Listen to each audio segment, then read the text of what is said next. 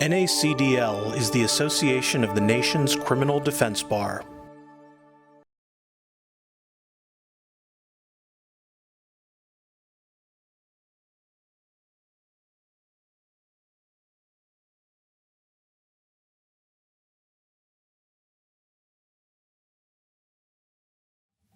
First, how is everybody enjoying the program so far? Great. So the next gentleman I want to introduce is, I may be a criminal defense attorney, but I want to be real clear, because people see on social media pictures of me and Dominique Jones, who is known as Lil Baby, and they say, well, what do you represent him in what case? And I say, I don't represent him in any case. Dominique just comes to my office and talks about life because he served 2 years from 18 to 20 years old, had never done music in his life, and was told by one of the principals at a company called Quality Control, that is one of the hottest, well, probably the hottest independent label of music in the world right now, who I should say threw a party for NACDL in Miami. And one thing about Quality Control is they support the formerly incarcerated. And they told him, one of the principals met him through somebody and said, you know, young man, you have a message to deliver. You should try it through this art form. And so he gets out of prison, never rapped a second in his life, and within less than 2 years, he is now the #1 artist in this week's Urban Polls. His album is top 10 Billboard. He has a song with Drake that is top 5 Billboard. And I want to say something about that because the hip-hop, what's called the hip-hop industry, people say, you know, the hip-hop industry, the hip-hop culture, they try to equate that and say, well, it's just a young culture. It's just an African-American culture. Hip-hop is now American culture. And so Dominique, Lil Baby, this young man that I love, told me that I could tell you this story, and that is Drake, who is arguably the #1 artist in the planet, on the planet Earth right now, released a song that launched his career. When Angelyn and I agreed to invite him, he was just a young guy that started. In the last 4 weeks, he has become one of the most in-demand artists in America. He flew in here just for today and is flying out. He's in the middle of a concert tour because this issue means so much to him. But it also means a lot to Drake, who, as the #1 artist in the world today, did a song that further launched his career, and what he took from it was nothing. He let this young man keep all the profits because he believes in reentry, and that industry believes in reentry. So we all have a lot to learn from the hip-hop industry. So I introduce with great honor a 22-year-old young man that served 2 years, Dominique Jones, who the world now knows as Lil Baby.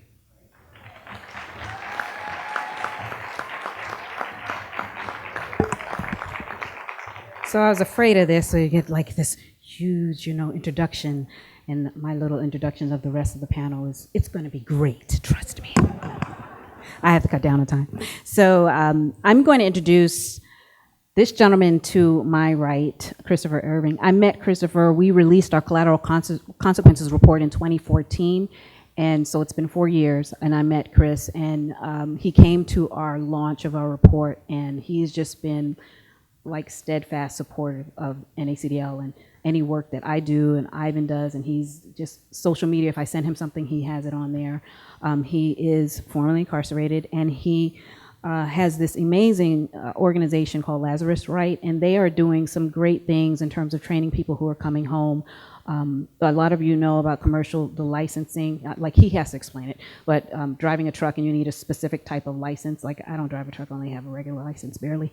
So he is doing amazing work training folks who are coming home on getting their license and tons of other stuff, and he wants to keep me busy with his organization, but I can't just yet, but I will. Randy Lanier, I just met Randy. Stephen Johnson, who is one of our members. Stephen, are you in the room? Stephen suggested Randy because he thought that he was just going to be like great on this panel because he was formerly incarcerated again. Marijuana, as we know, a lot of states are legalizing marijuana, if not for medical marijuana, but for recreational marijuana. And Randy will tell his story also about going to prison for marijuana and what that really means. Little baby, nice to meet you. Spoke to you on the phone. Heard your music. Thank y'all for having me. Nice diamonds.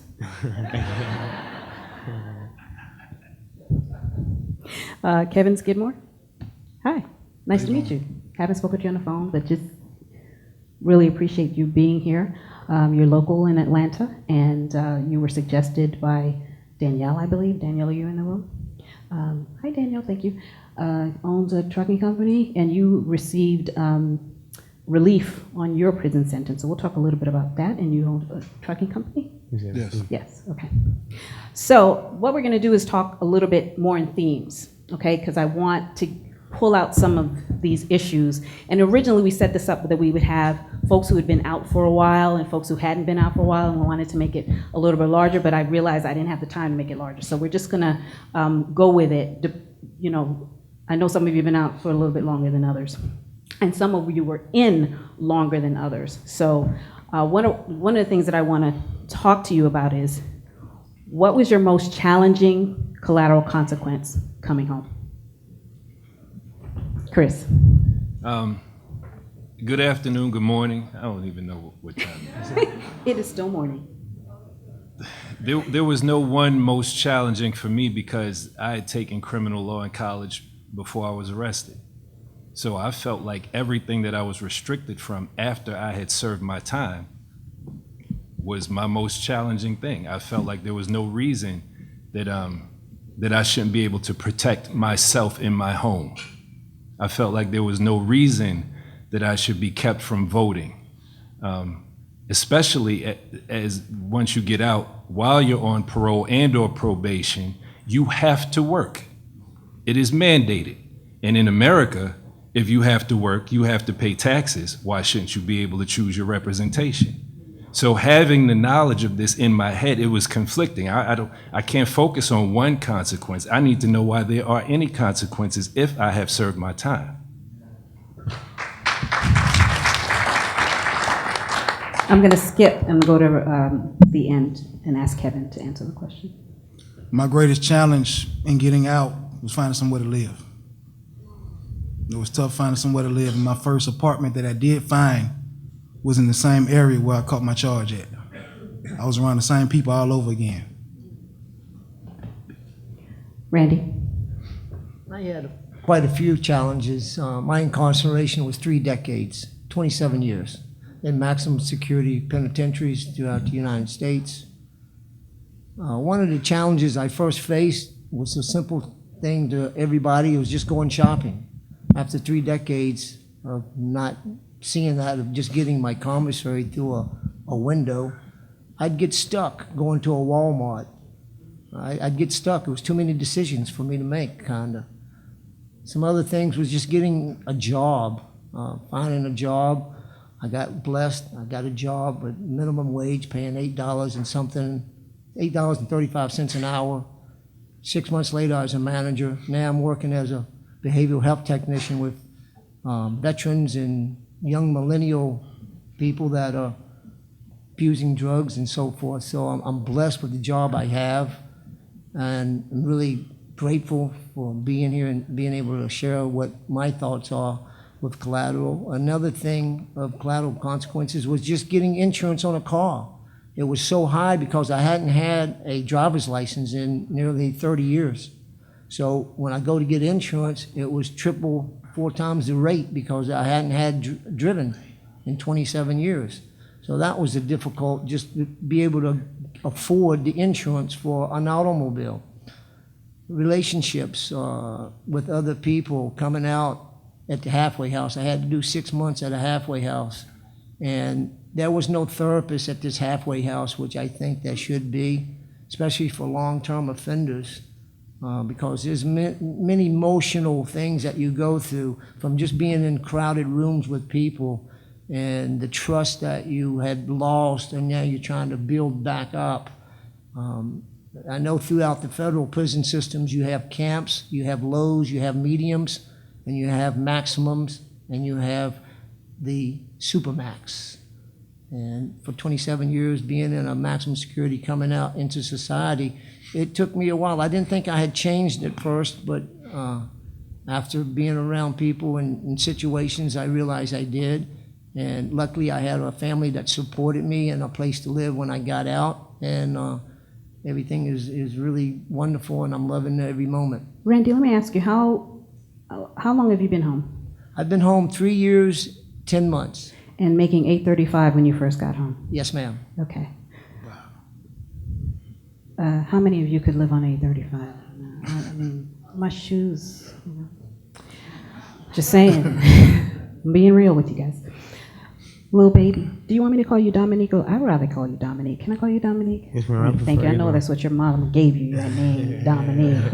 She might say my little baby, but she called you Dominique. So that's what I'm going to call you, okay? Yes, ma'am. Dominique, what has been you've been home for how long?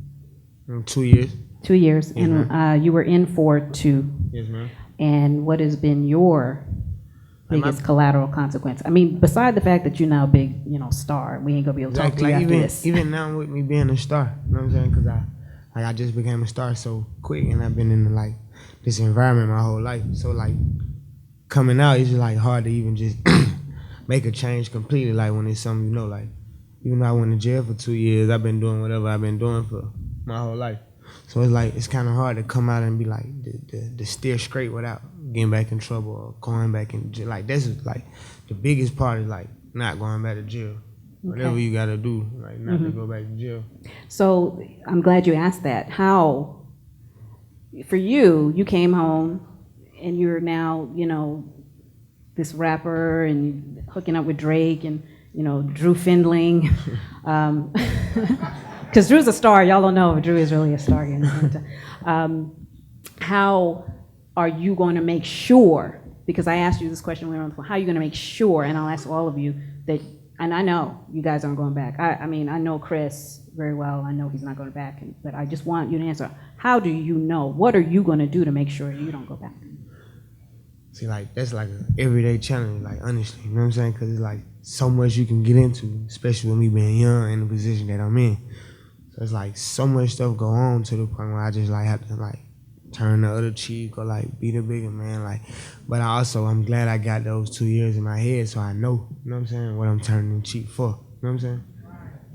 So the reality is you're not going to go back. Exactly. I visited prisons and I don't want to go back, but I do it because you got to do the work. But yeah, I hear you, Randy. It's not a challenge for me because I know I'm never going back after 3 decades. The way that I look at it, I took a big change in my life in prison a little over a decade ago by learning something called mindfulness. And if you set your intentions every day before you leave your house, what's your intentions? I'm going to be enthusiastic for today.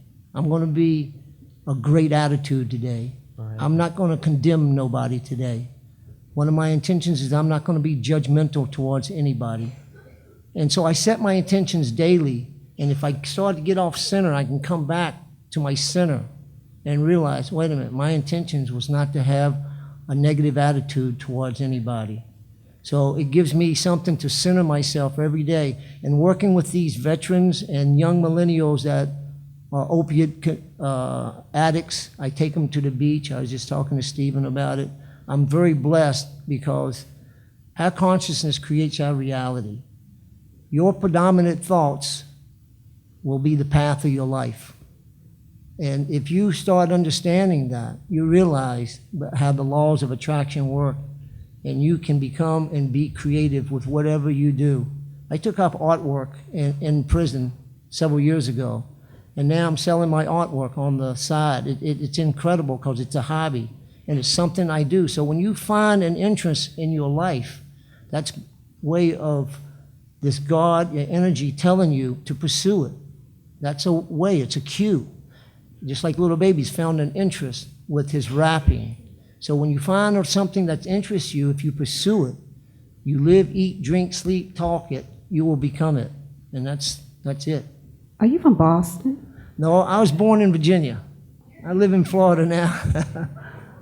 You sound like you're from Boston. Kevin. Oh, it's not as much of a challenge for me now. Kevin, you've been home for how long? I've been home 13 years. I served 10. I went in at 16, got out at 26. I started 440Trucking in 2014. The goal was to help people like myself, which I do now. So going back for me, really, it's an everyday challenge, but with the level I'm doing business on, I never really even think about it a whole lot. I have employees that depend on me to pay their bills. So I'm at a place where that's something that doesn't cross my mind because, again, I'm engaged in business 24/7. So I've engrossed myself in that and also hiring. Like I just hired a convicted felon last week who did 26 years. So I'm kind of doing what I love to do is helps people like me. So I'm kind of in a good place. I want to come back to the issue you just brought up of responsibility, but I'm going to have Christopher speak, and then we'll go to that. I gotta be honest. I don't want to go back, but I don't feel safe in this society. I feel that the possibility exists every day that I could have to go back. I live in Baltimore City. I'm from the Bronx, but I live in Baltimore City. Ex-baby. The only borough to be from, if you're going to be from New York, is Brooklyn. Listen, watch your mouth. But, you know, in Baltimore, we have what is known as the Gun Trace Task Force. It made national news. They were planting guns on people, planting drugs in people. Because of our histories, we are prey for crooked police.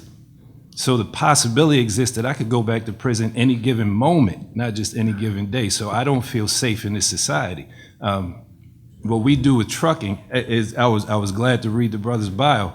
We talk about our training program, but I still had to make money. So I started a trucking company. We have a small warehouse and a couple of tractor trailers. And so we train people to get into a field that we work in because that field is not as critical of the background as other fields. And then the person can not just have a job, but they can actually support a family on that. This issue of collateral consequences, in my mind, is the most important issue in our society that we don't discuss. We talk about it from the here and now, you know, kind of looking down at our feet, but we don't discuss it from a historical perspective. What a democracy was as a form of governance and how people were marginalized in Athens, Greece. And I don't want to go too far. But it was an unequal society from the beginning. It put all of the power in the hands of white men in Greece. That is why we are a democracy, because it worked to put the hands in the power of white men in a new society in America. So I don't feel comfortable on a daily basis, but knowing that, I try to arm myself with the knowledge of how I could possibly stay out. Thank you. That's very honest and raw and real, right? Because very Bronx. Just want to say that. I was in the car one day with my husband, and we were pulled over, and in my mind, I'm like, why is he pulling us over, you know? And I said, oh, we're pulling us over because he's a black man driving a nice car. And when the police officer stopped us, you know, he was formerly worked for the police department in DC, not a police officer, thankfully. But, you know, he's trying to be diplomatic. And I'm like, why is he pulling you over? You know, I said, okay, let me step back because I don't want the Brooklyn attitude to come out. And he was telling me to get out the car and go into the house. And I said, I'm not leaving you. I am not leaving you. So I hear your fear because I have a black husband, I have a black son, I have a black daughter, I have black nieces and nephews. And so I hear your fear. So I appreciate that. Can I just add one thing? Sure. If you notice, when we see there's been an interaction between a citizen and a police officer, after this person's been beaten, arrested, killed, unfortunately, whatever the case, the first thing that happens is the criminal record goes up on the screen. And now we have prejudged what might have happened in that instance because we see a criminal record. because I have a criminal record, there'll be justification for what can be done to me. Before we even dig into the minutia of what actually happened, we will have predisposed what that person could have done to possibly warrant what was done to them. So I don't feel safe. Thank you. So I want to go back to something that Kevin said in terms of just being responsible. Having the responsibility now, like if you become a parent, you know, you have responsibility, you have employees that you have to be responsible for. Now that you have, you're out, you have this company, how is this responsibility that you have now different than before you went in? And then I have another question for you, specifically, Kevin. When you went in, what was technology like when you went in and subsequent when you came out? Because I see that being a huge barrier for a lot of folks who went in 20 years ago. I mean, you know, yeah, there were cell phones. 30 years ago, there were the big, I think, phones. I don't remember, I'm aging myself, but talk a little bit about the responsibilities that you may have had before you went in, and then subsequent now you have these major responsibilities, and how your vision changed from a 16-year-old now. I'm not going to try to do the calculations of how you all do now. Before I went in, I really didn't have any responsibilities. I was a teenager. I had been 16 for about 2 months. So I really didn't have any responsibilities other than playing baseball, but when I transferred schools, I had to sit out an academic year, and that's the year I actually got arrested. Having those responsibilities now it's a big deal, and every day I have to keep a self-check on that to make sure that I'm doing what I'm supposed to do on a daily basis, not just for them as a whole, because I represent my company, so I have to be mindful of what I do every day. When I went in at 16, in 1995, we had beepers. So Does anybody in this room who's under 21 know what a beeper is? Okay. Just checking. I only saw a couple of hands. I don't think they know what a beeper is. No. I don't think they know. Does everyone know what a beeper is? Okay. All right. I won't make you explain it. Go ahead. They say they know. I don't think they do. Yeah, so when I came home, I didn't know how to use a cell phone, because I hadn't seen them. The ones I did see were the big bulky ones that go in your car, come with a case, you know. But to get out, and I think when I got out in 2005, flip phones were real popular. And my friends had to show me how to navigate through that. But I think I did pretty well, because in prison I also was a teacher's aide in the computer class. So I was really kind of on the smart end with computers. So I wasn't afraid of it. I just had to learn it and embrace it. So I'm going to stay with you, Kevin. Can you tell me, when you were 16, if you didn't do whatever you did, because that's one thing I don't ask, what you did, what were your biggest aspirations? Because you said you played baseball, but was baseball a big aspiration for you? Was art? Or what was your biggest aspiration? What did you think you really wanted to do? Because your aspiration wasn't to go to prison. I don't think that was your aspiration. What would you have wanted to do had you been given the opportunities and the resources to do that? My dream was to be a professional baseball player. I had been playing baseball since about 7 to 8 years old. I was born in New Orleans, Louisiana, and AT&T decided to close the office. My mother had a choice to move here. We came here. She had a house there, and when we came here, the economy there was so bad, it's tough to sell a house. So she had to pay the mortgage there, the rent here, and I was an only child, and I was used to getting what I wanted. And when we came here, that kind of changed. I couldn't understand it. I couldn't wrap my head around it. Again, I still played baseball at the park in high school. I even had some recruits coming to our games in my 9th grade year, telling me, keep at it, you can get a scholarship. But I also had that other side of me where my mother really wasn't able to do for me what she could do. And I like to dress up, polo, back then, heel figure, Nautica. She couldn't do it anymore. So I got into the criminal life to kind of give me that income. I sold drugs, but also I found robbing. I went to prison for armed robbery. And actually, for those who don't know, robbing does come with an addiction. And I was addicted to it. And my rationale was, I'm helping my mother help me. So And she worked so much, she couldn't watch me or monitor me. And she thinks she bought me clothes. I tell her she bought them for me. She really didn't. I got them with either drug money or street money. So I got in trouble at Shamrock High School. I was gambling. The principal called me. I wouldn't give him the money. And he told me he was going to expel me. So my mother transferred me to Southwest DeKalb. That year, I had to sit out one academic year. And that's the year that was pivotal because I had all the time in the world to get back into the streets, even deeper in the streets. I was out all night doing some everything. The teachers at Southwest didn't even know me.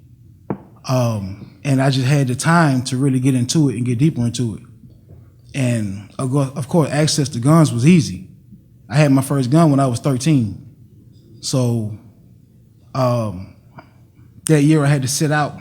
That's when I actually, got arrested. And my dream for playing baseball died. I'm going to come to Chris. What were your biggest aspirations? Sorry, I need to speak up. Christopher, what were your biggest aspirations? As a kid, I wanted to be a marine biologist. I don't know where that came from. I was in the projects in the Bronx and went to pretty good schools in New York City. And I took classes at the Museum of Natural History on the weekends and dissected baby sharks and went back to the projects where everything in the world was going on, and then moved to Maryland because my sister went to Georgetown. I had a broad experience coming up, and so I was always able to actually see that I wasn't relegated to where I was from. So one of the things that we like to do with our program is to take them to the museum in DC of African American history and culture to try and give them an experience that they're not currently getting in Baltimore. That's called the Blacksonian for those of you who are not DC Metro. Yes. We call it the Blacksonian. Yes, go ahead. That exposure, especially to the historical aspect of being African in America, I think that exposure is necessary towards the aspirations that you talk about. How do we teach a young black boy, girl, how do we teach a young impoverished child of any race that stays in an environment on a regular basis? How do we teach them to have aspirations? We often ask them, what do you want to be? But we don't often ask them, what is the thing that you most often see?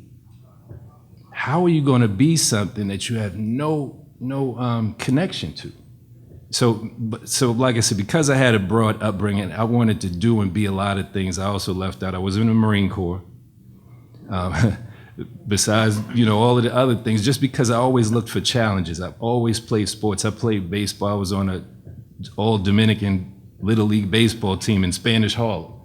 Tells you I was pretty good. One of two black kids on the Dominican team, which they're black anyway. But that's another story. We're going to get into race in a minute. So I always wanted to, I always wanted to do a lot of things and be but it was because of exposure. So if from this aspect of the conversation, anything comes out of it, expose not just youth, but adults, people coming home from prison, anyone who's open to exposure, expose them to it, and not what you want them to see, but anything that they would be open to. Take them somewhere they've never been. Take them rock climbing. They say, rock climbing, I want to try it. Swimming, I don't swim, try it. I don't eat that, try. How do you know? Try it. Exposure is everything towards aspiration. Thank you. Randy? Well, before I answer the aspiration, I'd like to just mention something about my brother here talking about not being safe and maybe fear of going back in or something. Because of a lot of my friends are lifers. After being in for so many years, a lot of them got clemency in 2015, 16, 17, and some this year. Our negative thinking sometimes creates these situations, and the solution is not to kind of think about your problems, but focus on the solutions. And there's three fears that usually causes negative thinking, and that's the fear of failure, the fear of rejection, and the fear of the future. So if you can let it all go, you'll be surprised at the feeling of freedom that you have and abundancy starts coming into your life because fear dissipates. My aspirations when I was a young boy was to become a race car driver. I used to listen to the Indianapolis 500 when I was 6 and 7, 8, 9, 10 years old. And growing up, wanting to be a race car driver, I started focusing on it in my 20s. I'm kind of late nowadays, but I became a world-class race car driver, winning a international sports car championship, beating the Porsche factories, Jaguar factories, Ford factories, and I was a private team supporting it through my marijuana smuggling. Went on, I drove for Ferrari in Europe in 1982. Went on to win, finished 10th in the Indianapolis 500, winning the awards of being the Rookie of the Year in 1986. So our thoughts create our destiny in a way if you mix them up in synchronicity with your emotions. Your thoughts plus your emotions equals the energy that supplies the laws of attraction, and it works. And that's my aspiration, to be a race car driver. That happened.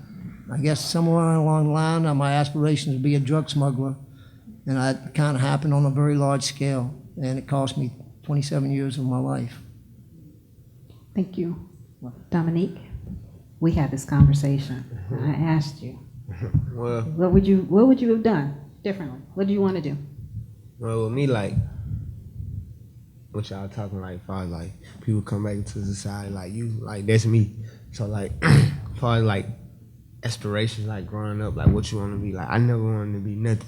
Like I only wanted to get me some money. You know what I'm saying? Like how I got me some money ain't really matter. You know what I'm saying? If it was a job or if it, but like just as far as like I wanted to be a doctor or a race car driver, or, like I ain't never had those aspirations. Definitely not a rapper though. You know what I'm saying? But you would want to be a rapper because they got money. You know, you would want to be, you inspired to be anything to get money. You know what I'm saying? Coming from where you come from. Then like what he's saying, like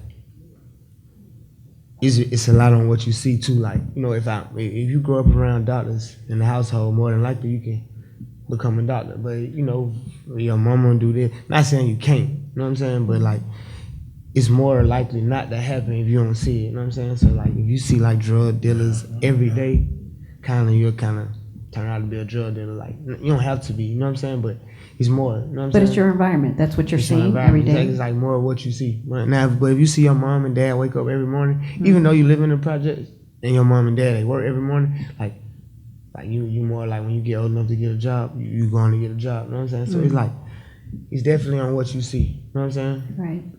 So. Yeah, we did talk a little bit about environment. One of the things that I want to address in this summit and conference is talking about the issue of race, because I think race in the criminal justice system is the evil we don't want to talk about, right? That it's the elephant in the room wherever we are, that race exists. I have been very intentional to try to have a panel that had not just black, I didn't want just black men, sorry, but had some, diversity on it. We have Randy, the white guy diversity. The reality is, okay, Chris has on a tan suit, all right. But I want to talk about it from the perspective of, the communities that you lived in before you went home, what you saw when you were inside in terms of the race factor, and I've heard stories and the separation of races in prison, and how here in society today in 2018 that I think it was Mark Holden who said we're just very divided. Sally Yates may have said it also, that we're very divided in terms of race, and I think if we don't talk about it, it just continues to just fester and we just kind of go on. So I want you guys to just talk a little bit about race. And Chris, you did mention, not having that fear and not being safe because you're a black man walking down the street in Baltimore. And I get that. So I just want you to talk a little bit more about, being inside and the racial implications as you were inside. And also some of the issues in terms of sentencing, like, some people get sentenced more because they are black. Randy's an exception. He got a huge sentence. I mean, huge. So I wanted to talk about life. That's I want to awesome. talk about that just a little bit. Dominique, you had something? Yeah, I want to say something about that first before I forget. Like I hear people a lot, you know what I'm saying? They be on like the race and like white, but like I be like all around the world every day. So, but it's like black people handle you like the same way though. You know what I'm saying? Like they're like the white person handle you, black people. Like me being young, alright, and like I'm a celebrity, but like sometimes I'm down. I got an epic afro, dirty little clothes, you know what I'm saying? I go in Diamonds places on your wrist. without the diamonds though, without the diamonds, just on a regular. And I go in some places, it could be a black person. Like they judgmental too, you know what I'm saying? Like they thinking, okay, you young, you on this or you on that. It don't just be white people, you know what I'm saying? So like, I don't be, even police officers, I'm in the neighborhood, ain't no white police officers in my neighborhood. You know what I'm saying? It's like black police officers, you know what I'm saying? So I ain't really too big on the race, like white man and black, like, cause it's like people, period, you know what I'm saying? But I do feel like, you know what I'm saying, the black youth is getting like profiled, but not just by white people. Right, right. people, period. And you bring up a good point, because that is. So basically what that is, and it's called internalized racism, right? And so black people who are in positions of power, police, prosecutors, any, law enforcement, or, Man, it could be the anyone, people who they're work the just, door. Anybody. yeah, just that's like, in a store, they feel they're in an authority position, and they see you come in, you're this young black kid, and automatically the stereotypes and the prejudices come into their head. And that's because we've been conditioned, right? All of us have been conditioned. We have these preconceived notions of who people are, whether they're white or Latino or black. There's preconceived notions about it. So that's what you bring up, that is what it is. It is internalized, and we have been conditioned now to have that implicit bias to automatically think that you are, you coming into the store to steal. So I appreciate you raising that, because it is about people, but the reality is that we are racialized, right, in this country, well, across the world, we are very, very racialized. Chris, you want to take that on? Actually, that's a perfect segue, brother. Let me say that politicians shape policy that is enforced by the police. Politicians shape policy that is enforced by the police. That root of poly, we just mentioned before about Athens, Greece, and how this whole democracy thing came about. It all goes back to that. So when we see, many of you might have seen recently another video came out of Baltimore. We got a lot of stuff for you, a lot of content, where a police officer is beating a guy on the street, it was on Monument Street, just goes up to him, and he is Mike Tyson beating this guy. And then it comes out, he was a black man, a police officer, and the guy he was beating up. And it just reminds me of how much of that internalized, we see black police officers doing some of the most outrageous stuff to young black men in black neighborhoods. But again, this is the result of policy. Who is it that they're doing it to? You don't see that being done to a young white man, do you? Because there's repercussions for stuff like that. We have to really examine what's going on and from a historical content. We can, again, if you look down at your feet, you can say, well, this is where I am, this is where I am, and you look up, you say, this is where I'm going, but how often do we examine how did we get here? These policies have been put in place a long time. Post-slavery, and it was mentioned earlier, I believe Mark Holden mentioned the Scarlet Letter. Does anyone know when the Scarlet Letter was written as a work of fiction? 1850. Funny, what was going on around 1850 at that time and coming up to 1865? We created an environment where we believed that after we criminalized people who we can no longer enslave, we criminalized them, that all of this came about in a certain way. And I know you're a time No, go person. ahead. I don't want to, because I'll go. I know. If we really, let's get away from the business of further monetizing this situation. Let's stop looking at how we can make money off of this situation and be more active in changing this dynamic and freeing black people in this country. we're going to have to study the history of how we got here. We have to get to what is the foundational aspects of this system that we live in right now that was created so long ago. As governance goes, governance. We're not an autocracy. We're not a plutocracy. We chose democracy. Why? Because it worked. They wanted George Washington to be the king at one point. We forget that. But remember, there were a group of white men making this decision. They said, no, we just got away from that. We all want power here. They didn't want women to have power here then. They didn't want the slaves to have power here then. Children were coming up. This was about the power of white men in this country. And if we won't have that discussion, we will not change this dynamic.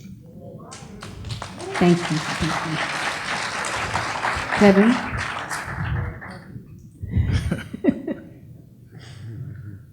I know nothing about policy at all. For me, yes, it does exist. It's a challenge. It only makes me better. I look at it almost like a football game. The other team is playing for the other one to lose. Outthink them, and you can beat them. So, I mean, my approach to life, the average person won't beat me. I stay up too much. I read too much. I'm gonna do more than you. I'm gonna outwork you. So, in regard to that, as far as racism, again, it exists. I won't say it doesn't. It does. But for my personal self, my only way I've learned to deal with it is just to outthink it, outsmart it. I changed the way I dress. Because you're right to do profile young black men. But a reality is they'll mess with a guy with his pants sagging before they mess with a young man in a suit. So for us, just learning how to tailor our appearances and our behavior to kind of be a little more disarming. That's what I can do. That's what I've done individually, and that's what I tell the guys I mentor. Change how you dress, change your environment, change your activities. My activity is golf. I'm around a whole different environment, a whole different echelon of people. So my train of thought is different. Even with police, I have been stopped by the police before. I knock on wood, I haven't had any problems. But again, I know a lot plays into my appearance and the way I respond. That's what I know I can do individually, and that's what I also tell the guys that I mentor, my friends and all, because not all of my friends wear suits, I'm the only one. But still in all, we look at it as a challenge. So if you can outthink them, you can outbeat them. That's in anything in life. That's how I am where I am today. Thank you, Kevin. Randy, you can talk about race. I know you can. Race, for me, I just told you, 27 years in maximum security, it's completely different society. You got a black TV, you got a white TV, you got a Hispanic TV. Nobody touches them TVs but that race. You got black people sitting on one side of the chow hall, white sitting on one side of the chow hall, Hispanic sitting on one side of the chow hall, Christians got their own table. Gays got their own table. So it took me a while, because my first decade, I went in trying to escape. My mindset was that. And over the years, I became a yoga instructor. I taught myself Tai Chi. You mean break out? Huh? You mean break out? Yeah, I tried to escape, break out. I got pinched every time, spent years in solitary confinement for trying to escape. But I understand, some understanding came to me in these years of solitary confinement that if you change the way you think, you'll change your life. So with that understanding, I took on meditation and started doing yoga and Tai Chi, and gradually my thinking changed.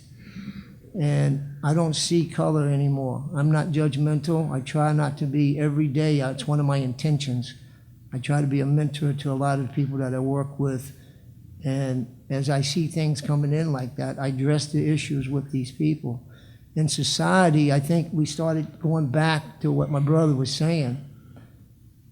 We became separation between our Creator, because within us all we're all the same. There's not one difference between 7.4 billion people on this planet within us. And unfortunately, separation has taken a path and separated us from who we really are. And I talk to these young people today that I work with, trying to mentor them in substance abuse, to really get to know yourself. Go within yourself and try to really get to know yourself, who you really are, your aspirations. And like my brother over here says, he didn't have no aspirations. He was trying to get money. Well, I can tell you the answer to that. Your life takes the path of your most predominant thoughts. You can want to be a lawyer. Guess what? If you're thinking like that, that's what you're going to be. If you're wanting to be financial success, that's what you're going to be. But success is the result of your experience of the process. It's not the pursuit of your dreams. It's your routine, part of your routine daily life. And if you look at that, you'll be successful and happy within every moment of your life. Okay, I want to push back a little bit on what you said, just a little, Randy, because I respect you as my fellow white man on the panel. I'm going to push back because I think that going forward, it'll help inform how you address what you just said. Yeah.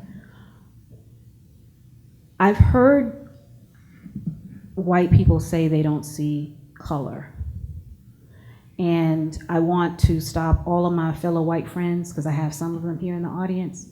Unfortunately, I don't have one of my friends who I told her if I come up missing, she better be on CNN crying her eyes out saying, "We gotta find Angelyn," because she's blonde.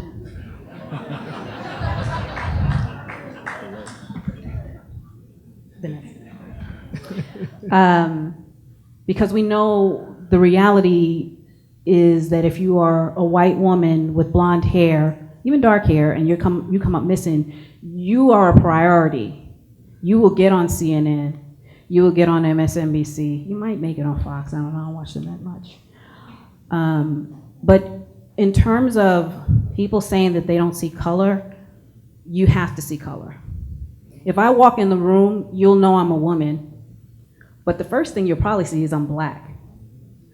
And so the idea that you say you don't see color negates a part of me. So I want all of the white people in the room to never say that. To never say that. Because I'm black. I see color. You know, I see maybe somebody has a little bit more olive tone, or, you know, maybe a little light skin. You know, there was a little bit more dipping in the slave house with some black people. I mean, my sister is very, very fair. My sister's probably as fair as Drew. So I don't want anyone to walk out this room, and I want all of my white allies to walk out of the room and be able to tell their other white friends, do not say you don't see color, because the country was built on color. We've dealt with white supremacy because of our color. And I know you guys are not white supremacists in here. So I want us to walk out of here and never say that again. So promise me you will not say you don't see color. I understand what you're saying, Randy. I hear you, I feel you. But I just wanted to make that little comment. I'm gonna open it up to questions. I have one more question I'm gonna let you respond. I have one more question for the panel today. Please give them a round of applause first. It is hard to be up here and to tell your story. I can only imagine. I mean, we all have, you don't know what any of us are going through. We all have a story. And I just think it's just admirable that you guys were able to come here and talk about it and be real about it, because it's necessary to get that next generation not to be in this situation. So I'm gonna let Randy respond, and Christopher, I'm not gonna ask my question because I know I have two questions, and I wanna get us out of here for lunch so that everyone's back in time for the governor, okay? So Christopher, really quick, I'm sorry, Randy really quick, Christopher, Okay. and then we'll go to the question. To come to an understanding of what I just said may take a higher level of consciousness. And By no means did I mean any disrespect at all. And I to didn't that. take it I know disrespectfully that. either. I know. Because I've So, heard it, I'm just saying. So by what I was saying is to have equality in your life is you go within yourself and there is no color because as I said, within every one of us, I look into your eyes and I see a reflection of my inner self. That is what I'm talking about. I'm not talking about an external thing that you call color. I'm talking about within us, we are all the same. There is not one speck of difference. Your creator, my creator are the same. What sparked that energy that brought us to life? It's the same. There's not one speck of difference, not in anyone on this planet.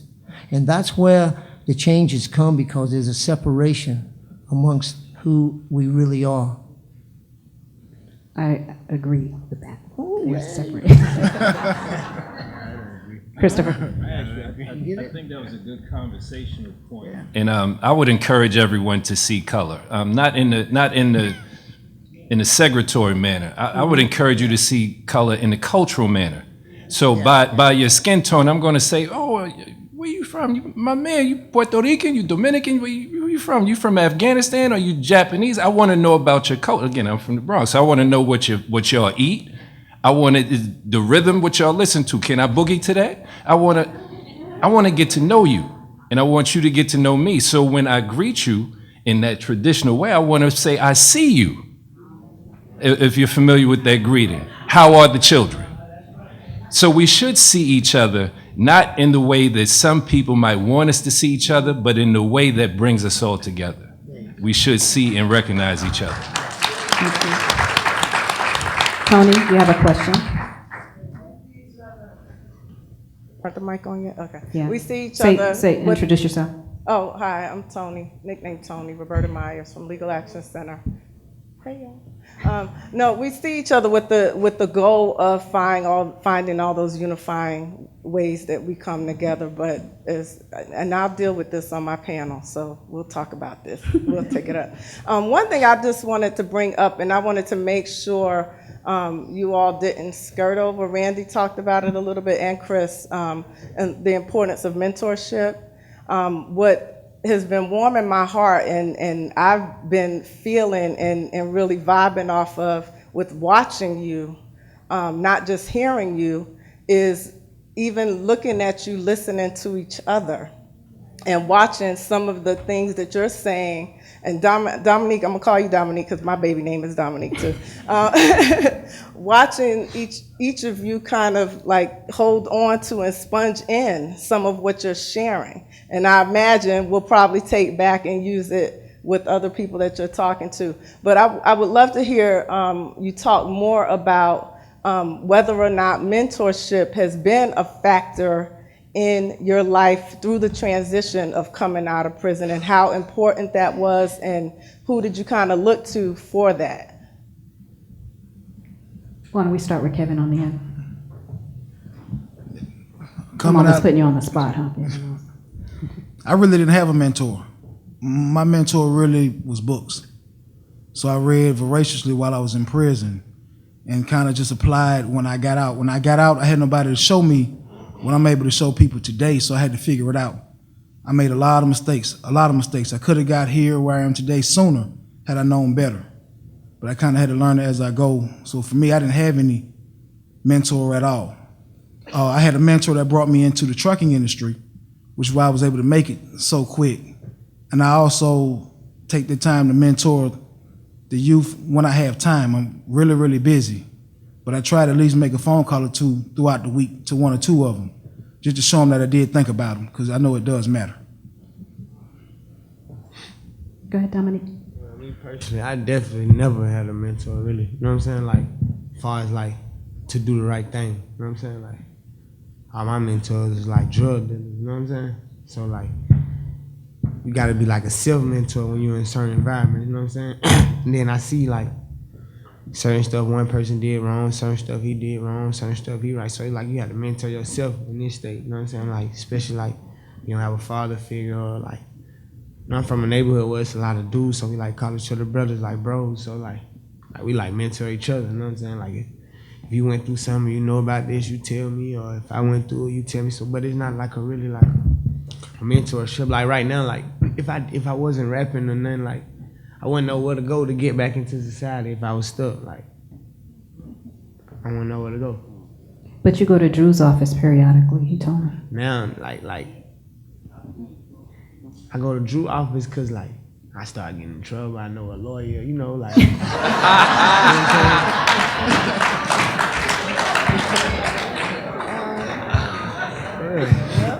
Yeah, that's my mantra. Have a lawyer in the speed dial in every jurisdiction that you hit. Yeah. You gotta have a guy. Randy. Prior to prison, I guess my mentors were some drug smugglers and some race car drivers, kind of a mixed. But after getting in, my last 10 years, I got involved with the psychology department, and the superintendent of a special program called the Challenge Program offered me to come and do a 1-year program into a very intense 1 year, a lot of one-on-ones, a lot of group settings. It's called the Challenge Program. I went into this program thinking I could get my custody lowered and I could go to a medium with the intention to escape at a medium. Because having a natural death sentence, my mindset was not to die in prison. So I go to this program for 1 year and I got my certificate of graduation, but as along the line something changed. I started thinking different, and I wanted to become a mentor of the men and try to help them. I stayed for 8 years and became a mentor to these people. And to this day, I'm still talking to the psychology department, setting up some going into reentry programs in the federal system. But by the way, there's this lip service in the maximum securities. There's no reentry programs going on, maybe in the camps, the mediums and lows. But because maximums are locked down so much, they decided not to have reentry programs. So unfortunately, maybe they can reestablish that through some organizations that help set up special units, that if you live in a unit, you don't get locked down because of a stabbing or something in another part of the compound. So I'm working with a reentry program in the federal system now to try to help with that. Christopher? I can't, like I said, my story is kind of broad, so I can't go all into it, but it was, you can imagine living in the projects in the Bronx in the 70s and 80s, and then going to a school where I wore a blue blazer to school with tan slacks, leaving the projects, made for a tough relationship with my friends, with my peers that all went to the public schools in the Bronx. And I had an older brother who was a 5%er, but he was gone, so I didn't have males around me, and had 2 older sisters. So I'm always pushing back. I'm going to show you I'm not that dude, even though I have to say it a certain way because I went to a parochial school. But then when I got to the Marine Corps and it's still looking for the test, I didn't want to do anything to administrate. I wanted to shoot it or blow it up, period. And then those older guys who we tend to not respect age these days, it was those older guys who were teaching us how to make it back home, alive. This wasn't figurative, this was literal. Your entire job in the US military is to kill or destroy or support those who are doing that.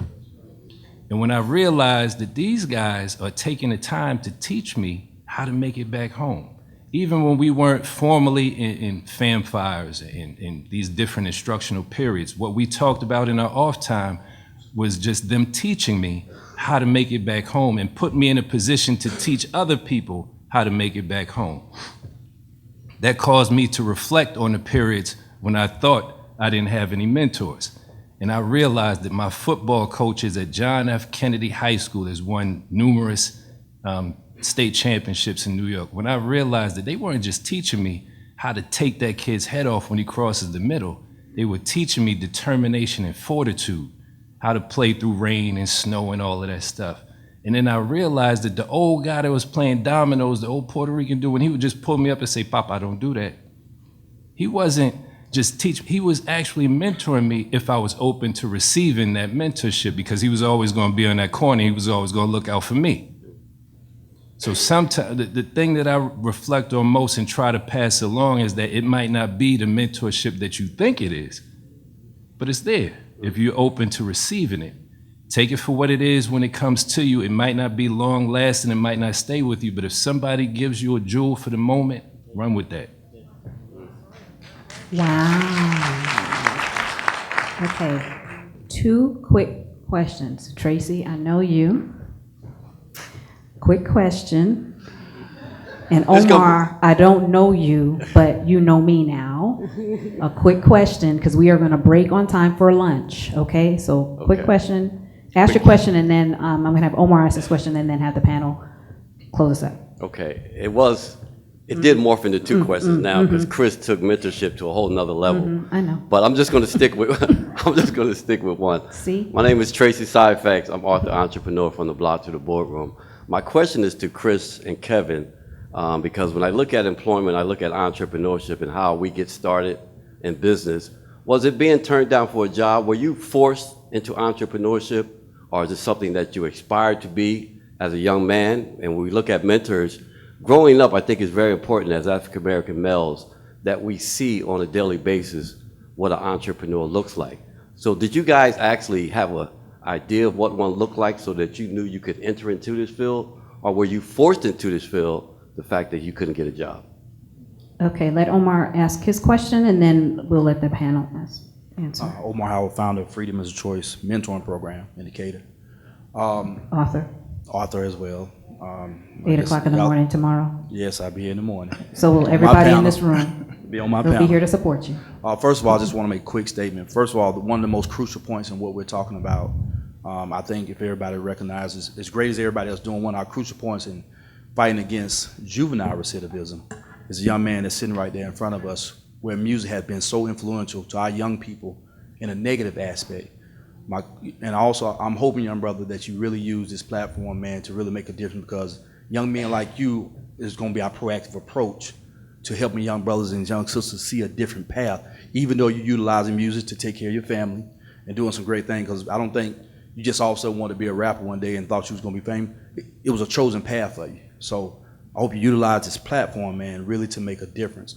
In saying that, and you see all the things going on in music, what approach are you going to take, man, to make sure you fight against the negativity and a lot of violence that's being promoted in music, you know, because you have a real crucial point in this, and I hope you understand it, and I'm supporting you now. I'm not even in music like I used to be, but I am really supporting, because you're on a platform right now, man, that's can help really change the direction of our young people. How are you going to accept this challenge, man, to make a difference for our young people, man? Right. So let's have Kevin and Christopher answer the first question, and then we'll come back to Lil Baby, and then we will let Randy close us out with the last word.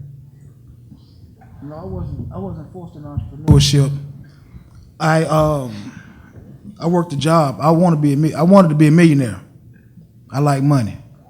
So I knew I couldn't get it working. So once I found that way out, that's what I went for. Trucking is not my passion. I could care less about a truck. It makes me money, but I care about helping people and giving opportunity. So for me, going into entrepreneurship was more about me reaching that $1 million mark, and also giving people like myself an opportunity to put their lives back together and have a real stable, normal life again. Thank you, Christopher. I don't think that I just always wanted to be good at what. Where's the brother that asked the question? I'm sorry. There. One more. I'm sorry, no. Tracy. Tracy. Okay, there. I like to. I always wanted to be good at whatever I did. And then I think back to the Marine Corps again, it kind of accelerated that with paying attention to detail. Whether it was a weapon or a process, whatever it is, I want to know the detail of it. And so what I tell our classes now, I don't get to stay in the whole classes like I did at the beginning, but I pop in and I always tell them, be an expert at whatever you do. Be an expert in the room. You don't have to be the expert. Be an expert. So in this room, earlier, one of the brothers talked about how do returning citizens, which I'm also someone who hates that term, but how do we get involved in these conversations and circles that we should become an expert, and if nothing else, on our own lives. Nobody should be able to tell you that they know more about your life than you do. And when you take ownership of the fact that you are the expert in your life, then you are now an expert in the room. So when it came to starting our trucking company, I do have 15 years experience in trucking prior to becoming the owner. And it was gaining that experience and people still trying to talk to me in a certain way, like, wait a minute, I'm out here doing this every day. And then I had people that weren't even licensed as my supervisors telling me about my job. That's why I said, well, enough of this. Let me show you something. And now I have a company that they're like, how'd you do it? Don't worry about how. I became an expert. So whether you turn that expertise into a monetary venture or you turn it into a mentorship and pass it along, because that's what it's all about. You know, no matter how much we acquire, it's not going with us. What we're supposed to do is when we say, how, you know, I see you, how are the children? We aren't even supposed to be planning for our own children. Many cultures plan for children that they will never meet, their grands, their great-grands, their great-great-grands. When we realize from that perspective how we acquire and why we acquire, that, for me, that's what it was all about. It was just acquiring for the sake of perpetuating my own family. It's not about me, if that answered your question. So, Dominique, you had a question. Do you want me to synthesize it or you got it? Well, with my platform, like already, I don't promote violence in my music. You know what I'm saying? Like, so like that's the main thing. And I actually in my music, I actually let young brothers know that when you do violence or when you do criminal acts, it's a consequence. You know what I'm saying? So like, cause I know I've been through the consequences. You know what I'm saying? So like my music, I ain't just like shoot 'em up, kill. I ain't on that. I do say stuff about shoot and kill, but I also say you shoot and kill, you know, you go to jail and you don't come home. You know what I'm saying? Keep it real.